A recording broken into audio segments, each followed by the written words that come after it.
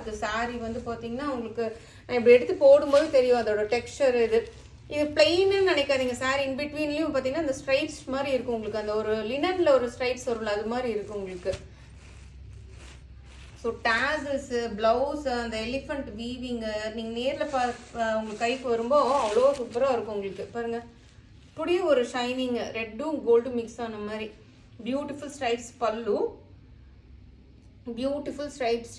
இது ப்ளவுஸ் தாங்க இதுக்கு பயங்கர ஹைலைட்டு. ரொம்ப அழகு ப்ளவுஸு.